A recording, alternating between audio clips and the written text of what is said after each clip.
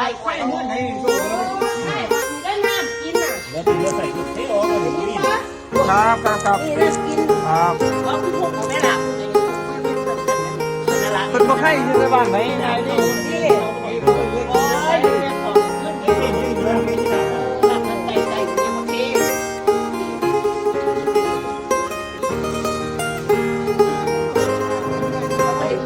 ใกล้จากคนที่เมื่อไหร่ชื่อเรื่องที่ว่าที่ใกล้จากคนนี้แล้วกินแล้วใส่เนี่ยไม่ใช่